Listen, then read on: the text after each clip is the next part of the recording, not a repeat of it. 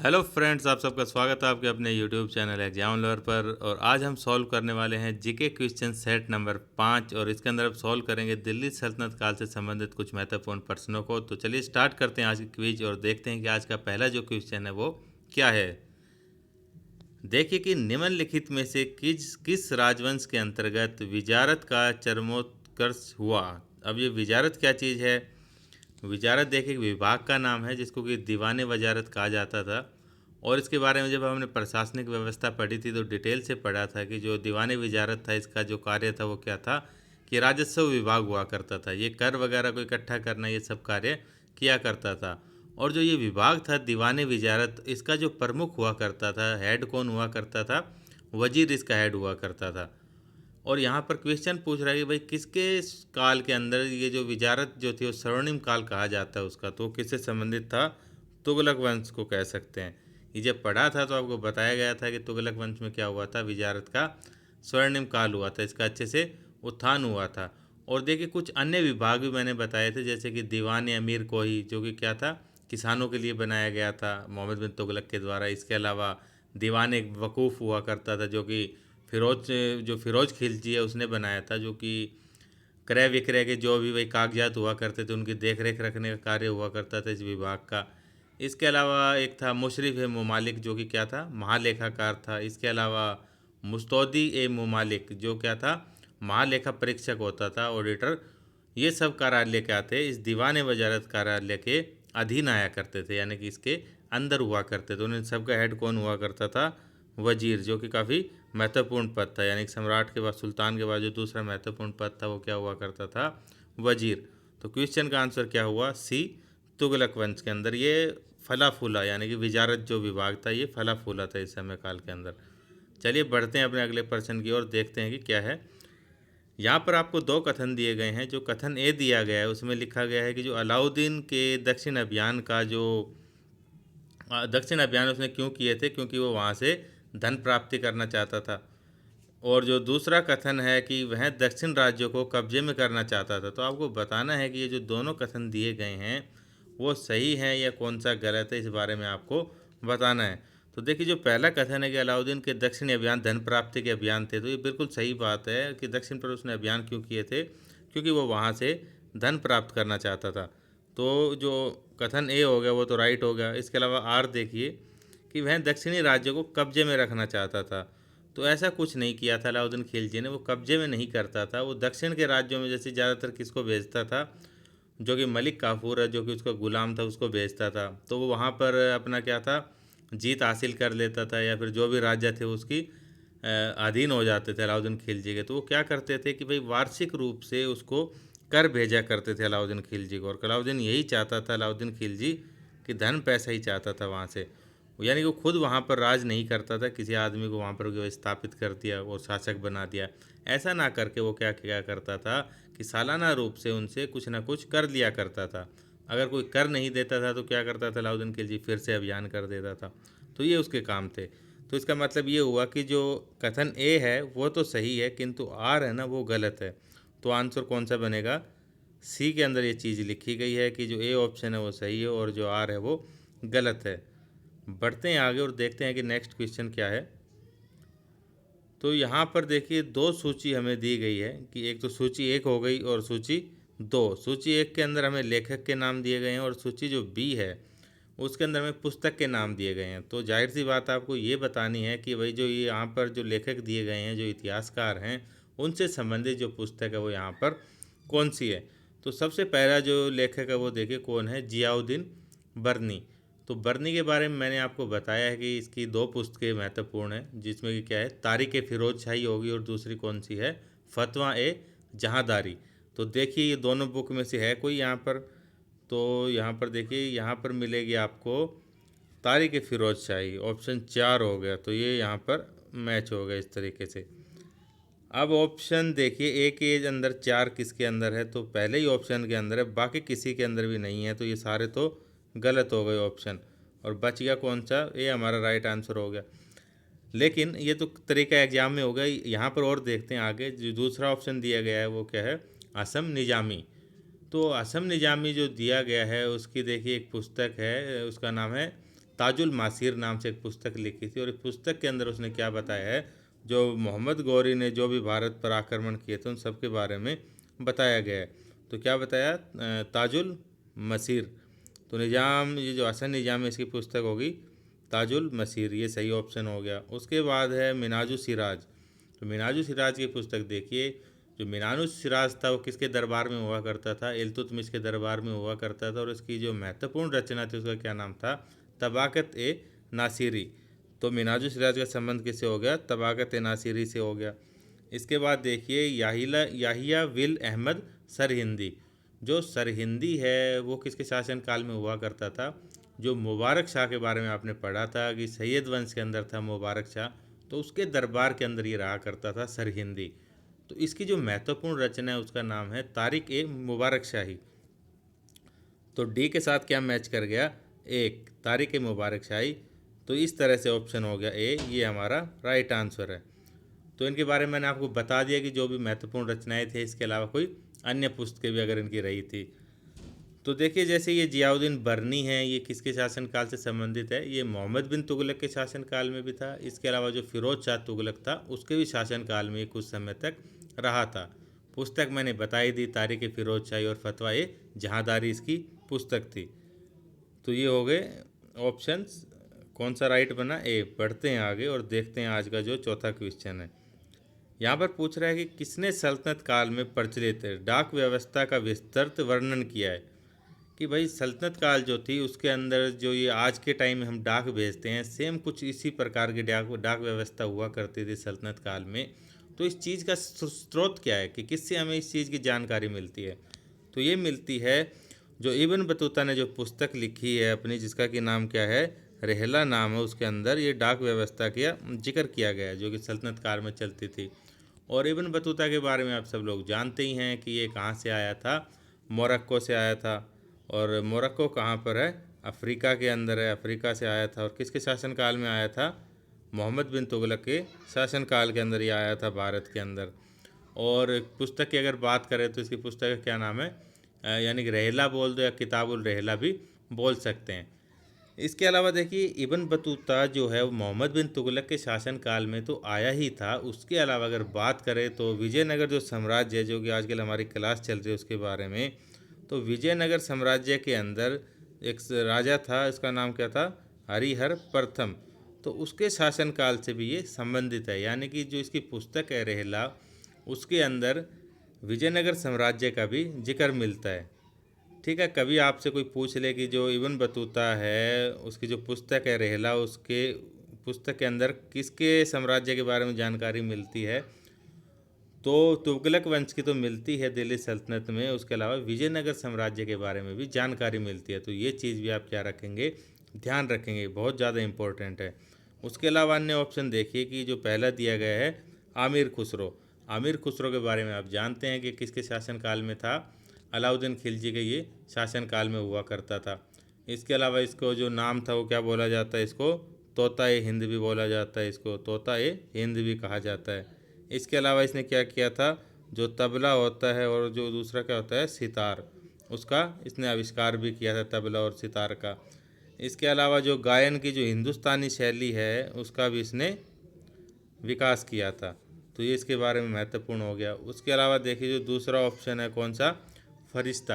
अब ये फरिश्ता कौन था, ये भी क्या था, एक इतिहासकार था। और इसकी अगर पुस्तक की बात करें तो इसकी पुस्तक कौन सी है, तारिक ए फरिश्ता नाम है पुस्तक का, तारिक ए फरिश्ता उसकी पुस्तक हो गई। अगर पूछे कि ये किसके शासनकाल में था, तो ये था, आपने नाम सुना होगा, जो बीजापुर का सुल्तान था आदिल शाह। बीजापुर का सुल्तान आदिल शाह, ये उसके समय काल में हुआ करता था। पढ़ा होगा आपने आधुनिक भारत के इतिहास में कि जो पुर्तगाली थे उन्होंने क्या किया था, जो बीजापुर का शासक था आदिल शाह, उससे गोवा छीन लिया था। तो उसी की बात हो रही है। उसी के शासनकाल में कौन हुआ करता था, जो इतिहासकार है फरिश्ता, वो हुआ करता था। इब्न बतूता के बारे में मैंने आपको बता दिया, और जियाउद्दीन बरनी के बारे में भी बता दिया कि मोहम्मद बिन तुगलक के शासनकाल में था ये। और इसकी पुस्तक कौन सी थी, जियाउद्दीन बरनी की तारीख फिरोज शाही, और फतवा जहांदारी इसकी पुस्तक थी। बढ़ते हैं आगे, देखिए कि दिल्ली के किस मुस्लिम शासक ने दिल्ली के किस मुस्लिम शासक के निधन पर यानी कि मृत्यु पर जो इतिहासकार है बदायूनी, उसने कहा है कि राजा को अपनी प्रजा से और प्रजा को अपने राजा से मुक्ति मिल गई। तो ये किसके बारे में कहा गया है? ये कहा गया है मोहम्मद बिन तुगलक के बारे में, मोहम्मद बिन तुगलक के बारे में। और क्यों? क्योंकि इसके कार्यों से क्या हुआ था, ये करता तो जो था वो सभी कार्य भलाई के लिए करता था, लेकिन इसके जो कार्य थे वो हमेशा ही उल्टे पड़ जाते थे, जिससे कि जो आम जनता है उनको क्या होता था, परेशानियों का सामना करना पड़ता था। जैसे कि इसने कौन कौन से काम किए थे मोहम्मद बिन तुगलक ने, मैंने आपको बताया था। एक तो क्या किया था, जो दोआब वाला क्षेत्र है, दो नदियों के बीच का क्षेत्र, वहाँ पर कर को बढ़ा दिया था इसने। इसके अलावा जो है राजधानी इसने क्या कर दी थी, ट्रांसफ़र कर दी थी। दिल्ली से कहाँ कर दी थी, दौलताबाद कर दी थी। इसके अलावा इसके खुरासान और कराची लिए दो अभियान थे, वो भी महत्वपूर्ण है। तो देखिए क्या किया इसने, किए तो थे आम लोगों की भलाई के लिए कार्य, लेकिन क्या हुआ था, जनता को उतना ही नुकसान उठाना पड़ा, उतना ही जनता परेशान हुई। तो इसलिए जब इसकी मृत्यु हुई थी तो जो बदायूं है उसने क्या कहा था कि राजा को अपनी प्रजा से मुक्ति मिल गई और प्रजा को अपने राजा से मुक्ति मिल गई। तो ये है किसके बारे में, मोहम्मद बिन तुगलक के बारे में। देखिए यहाँ पर एक नाम और आया है बदायूनी। तो बदायूनी जो है वो दिल्ली सल्तनत काल से बिल्कुल भी संबंधित नहीं है। ये किससे संबंधित है, ये अकबर के शासनकाल से संबंधित है, यानी कि अकबर के समकालीन हैं। और इनके जो महत्वपूर्ण कार्य है वो हम पढ़ चुके हैं मुगल्स के अंदर। लेकिन यहाँ पर मैं बताना चाहूँगा कि इन्होंने जो महत्वपूर्ण कार्य किया है वो क्या किया है। एक तो एक पुस्तक लिखी है जिसका कि क्या नाम है, उस पुस्तक का नाम है रजमनामा, जो कि क्या है, जो कि महाभारत का फारसी में अनुवाद है। महाभारत का क्या है, फारसी भाषा के अंदर वो अनुवाद है रजमनामा। इसके अलावा बात करें तो जो हल्दी घाटी का युद्ध हुआ था तो उसका इन्होंने आंखों देखा हाल बताया है, हल्दी घाटी युद्ध का, जो कि कब हुआ था, 1576 ईस्वी के अंदर हुआ था। और किस किस के बीच में, जो अकबर का सेनापति था मान सिंह और जो महाराणा प्रताप, उनके बीच में हुआ था हल्दी घाटी का युद्ध 1576 ईस्वी में। तो उस युद्ध का इन्होंने आंखों देखा हाल लिखा है। तो ये हो गया बदायूनी के बारे में। बढ़ते हैं आगे। और देखिए जी शेर शाह सूरी है, ये भी जो है मुगल वंश से संबंधित है, यानी कि मुगल वंश के बीच में इन्होंने क्या किया था, जो सूर साम्राज्य था उसकी स्थापना की थी। और इनके जो महत्वपूर्ण काम है वो क्या है, एक तो दिल्ली के अंदर इन्होंने जो पुराना किला है वो बनवाया था दिल्ली के अंदर। इसके अलावा इनको किसके लिए जाना जाता है, जो जीटी रोड के बारे में काफ़ी क्वेश्चन आता है कि जीटी रोड के संस्थापक कौन थे, तो वो शेर शाह सूरी था। तो ये हो गया इसका आंसर। बढ़ते हैं आगे और देखिए प्रश्न नंबर 6 कि कौन सा सुल्तान जो कि क्या करना चाहता था, नया धर्म चलाना चाहता था, किंतु उलेमाओं ने इसका विरोध किया। अब उलेमा क्या होते हैं, ये धार्मिक गुरु हुआ करते थे जो भी दरबार के अंदर रहा करते थे, तो उनको क्या बोलते थे, उलेमा कहा जाता था। अब कौन सा सुल्तान था, देखिए वो था अलाउद्दीन खिलजी। अलाउद्दीन खिलजी का जब हमने टॉपिक पढ़ा था तो मैंने बताया था कि जो अलाउद्दीन खिलजी था वो क्या करना चाहता था, वो देखिए पूरे संसार पर अपनी विजय प्राप्त करना चाहता था। उसके अलावा वो चाहता था कि भाई विजय प्राप्त करके मैं क्या करूँगा, अपने एक नए धर्म की स्थापना करूँगा। लेकिन उलेमाओं ने तो इसका विरोध किया ही था, लेकिन उसका एक मित्र था जो कि दिल्ली के अंदर कोतवाल हुआ करता था, तो उसके कहने पर उसने ये विचार त्याग दिया था अपना। तो वो देखिए पूरी दुनिया को विजिट करना चाहता था, इसलिए उसने क्या किया था, एक उपाधि धारण की थी। और क्या थी वो उपाधि, सिकंदर सिकंदर ए सानी की उपाधि उसने धारण की थी। किसने, अलाउद्दीन खिलजी ने। और इसको यानी कि दूसरा सिकंदर भी कहा जाता है, ठीक है। तो कौन करना चाहता था नया धर्म स्टार्ट, अलाउद्दीन खिलजी करना चाहता था, लेकिन उलेमाओं जो कि धार्मिक नेता या गुरु हुआ करते थे दरबारी, उन्होंने इस चीज़ का विरोध किया था। इसके अलावा देखिए अलाउद्दीन खिलजी के बारे में आपको पता होगा कि भाई नियमित सेना की, यानी जो स्थायी सेना होती है उसकी शुरुआत की थी, और जो सैनिक होते हैं उनको नगद वेतन देना प्रारंभ किया था इसने। इसके अलावा घोड़ों को दागना और सैनिकों का हुलिया लिखना, ये प्रथाएं शुरू की थी। और जो अलाउद्दीन खिलजी को इतिहास के अंदर जाना जाता है वो किस लिए जाना जाता है, जो भी बाजार सुधार के जो इन्होंने कार्य किए थे उसलिए जाना जाता है। तो ये काम किया था, ठीक है। एक विभाग भी स्टार्ट करवाया था, उसके बारे में जानकारी रखे, जिसका क्या नाम था, दीवान रियासत विभाग चलाया था, जो कि क्या करता था, लाइसेंस देने का काम करता था, जो भी वहाँ पर क्या व्यापार करना चाहता था दिल्ली के अंदर उस टाइम में, दीवान रियासत। ठीक है, ये हो गया अलाउद्दीन खिलजी के बारे में। बढ़ते हैं आगे और देखते हैं आज का 7वां क्वेश्चन क्या कहता है कि देखिए दिल्ली का सुल्तान जो कि दान दक्षिणा के बारे में काफ़ी ध्यान रखता था, और इसके लिए उसने एक नया विभाग भी स्थापित करवाया था, जिसका क्या नाम था, दीवान खैरात की स्थापना की थी। तो वह कौन सा सुल्तान था, देखिए वो कौन सा सुल्तान था, ये था फिरोज शाह तुगलक के बारे में बात हो रही है। अब दीवान खैरात क्या होता है? दीवान खैरात यानी कि जो खैरात दान को बोलते हैं, तो दान का विभाग हो गया ये, इसकी स्थापना करी थी इसने, ठीक है, किसने? फिरोज शाह तुगलक ने। तो फिरोज शाह तुगलक ने ये काम किया था, देखिए दीवान खैरात यानी कि जो इससे क्या किया जाएगा, गरीबों को क्या दिया जाएगा, दान दक्षिणा वगैरह दी जाएगी, तो ये काम किया था। इसके अलावा कुछ अन्य काम भी थे इसके, जैसे कि इसने अपनी आत्मकथा लिखी थी फिर जो फिरोज शाह तुगलक है, और उसका क्या नाम था, तारीख फिरोज शाही के नाम से आत्मकथा लिखी थी इसने। और इसके अलावा देखेंगे कि भाई इसने कई बार ये क्वेश्चन आ जाता है कि भाई 24 जो कष्टदायक कर हुआ करते थे उस समय के अंदर, उसको समाप्त कर दिया था। इसके अलावा इसने नहरों का काफ़ी निर्माण करवाया था, ठीक है, और क्या करवाया था, कुछ नगर बसाए थे जैसे कि हिसार, फतेहाबाद, फिरोजाबाद, जौनपुर वगैरह, ये नगर बसाए गए थे इसके द्वारा। तो ये इसके हो गए महत्वपूर्ण कार्य। बढ़ते हैं आगे और देखिए ये एक उपाधि दी गई है कि सैयद उस सलातीन, ये किसकी उपाधि है? तो ये बताना है ये किसकी उपाधि है। ये फिरोज शाह तुगलक की उपाधि है, फिरोज शाह तुगलक के बारे में, जिसके बारे में मैंने अभी अभी आपको बताया है। इसके बारे में मैंने आपको बता ही दिया। इसके देखिए कुछ अन्य चीज़ें भी की थी, जैसे कि इसने एक दासों के लिए अलग से विभाग की स्थापना की थी, जिसका क्या नाम था, दीवान बंदगान के नाम से जाना जाता है उसको, दीवान बंदगान। अलग से पूछ लिया जाता है कि दीवान बंदगान को किसने स्टार्ट करवाया था, तो वो फिरोज शाह तुगलक ने प्रारंभ करवाया था। और इसके अलावा इसका कोई अन्य काम नहीं है महत्वपूर्ण, बाकी जो भी थे मैंने आपको बता दिया है। तो ये था फिरोज शाह तुगलक के बारे में। बढ़ते हैं आगे। अब देखिए कि किस सल्तनत कालीन शासक को मिनाज ने हातिम ताई सेकंड की संज्ञा दी है? तो ये बताना है, जो इतिहासकार हो गए मिनाजुल सिराज, उसने किसको ये कहा है कि भाई हातिम ताई सेकंड, तो ये किसको कहा गया है? ये कहा गया है कुतुबुद्दीन ऐबक को। और इसके अलावा कुतुबुद्दीन ऐबक की कोई अन्य उपाधियाँ? बिल्कुल, इसकी उपाधि एक तो क्या थी, लाख बख्श के नाम से उसको जाना जाता है, लाख बख्श भी कहा जाता है उसको, कुतुबुद्दीन ऐबक को। और कुतुबुद्दीन ऐबक के बारे में आप जानते ही हैं कि ये कौन था, मोहम्मद गौरी का गुलाम हुआ करता था। और 1206 ईस्वी में क्या किया था इसने, स्थापना की थी, किसकी? गुलाम वंश की स्थापना की थी, और दिल्ली सल्तनत का भी प्रारंभ करवाया था। अगर काम की बात, और देखिए इसके अन्य नाम भी क्या थे, एक तो जैसे हातिम ताई सेकंड हो गया, एक लाख बख्श मैंने बताया कि भाई लाखों का दान किया करता था। उसके अलावा क्या था, एक कुरान बहुत ही सुरीली आवाज़ में पढ़ता था, इसलिए इसका क्या नाम था, कुरान खान भी नाम था। और इसके अलावा इसने देखिए क्या किया था, एक तो 2.5 दिन का झोपड़ा बनवाया था अजमेर में, और दिल्ली के अंदर कुवैत उल इस्लाम मस्जिद है उसका निर्माण करवाया था। कुतुब मीनार का निर्माण इसने प्रारंभ करवाया था, लेकिन ख़त्म किसने करवाया था, इल्तुतमिश ने।